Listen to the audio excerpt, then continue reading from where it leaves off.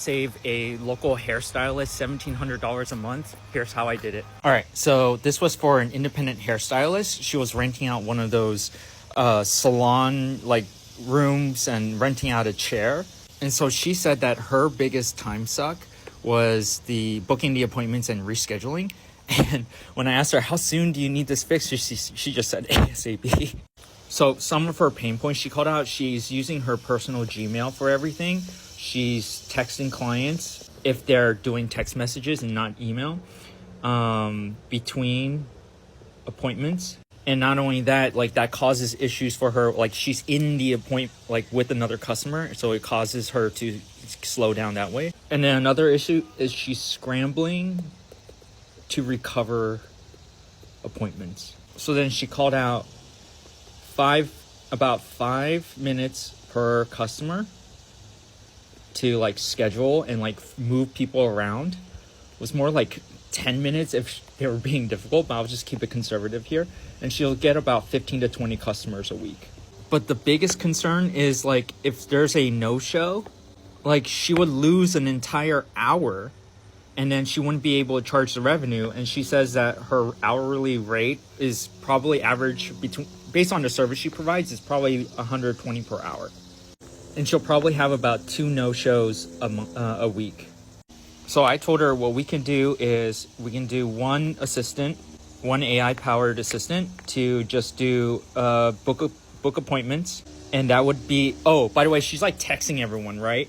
So instead we could do like an iOS text keyboard shortcut. I do this too. I just type Syncly, and then it automatically replaces it with my Calendly link.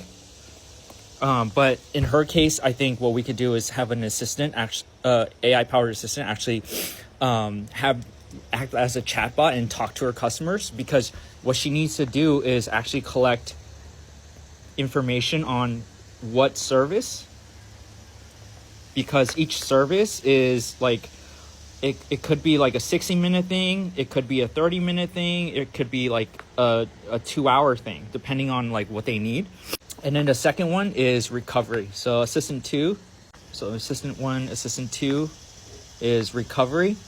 And so that one would just follow up and try to recover the no-show, because that's a lot of time that she's going to lose. So then if you do the math, if it takes her about 100 minutes a week to do the appointment scheduling, and she's charging like on average $120 an hour, she can recover $200 a week if we get the assistant to book all the appointments. And then we could probably get, if she's getting about 2 no-shows a week, we can probably find a way to recover about $240 a week. So in total, $440 a week,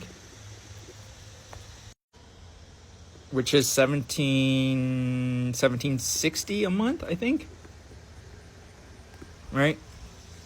So that's how much we could probably save her a month. And then so I told her, okay, during week 1, we can go ahead and let me hook up your calendar and email plus phone. And then week 2, I'll actually build the assistant. Build both of them. Week 3, we would just test. And then week 4, we would actually deploy and adjust. And then what I told her is like maybe during month 2, what we can do is add voice. And then like we could record her voice using 11 Labs.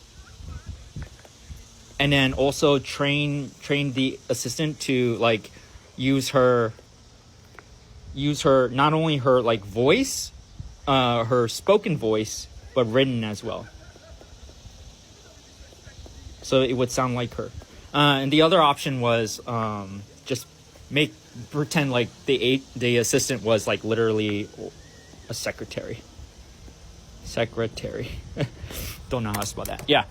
So yeah, that's how we figured out how to save her $1,700 a month. Pretty cool.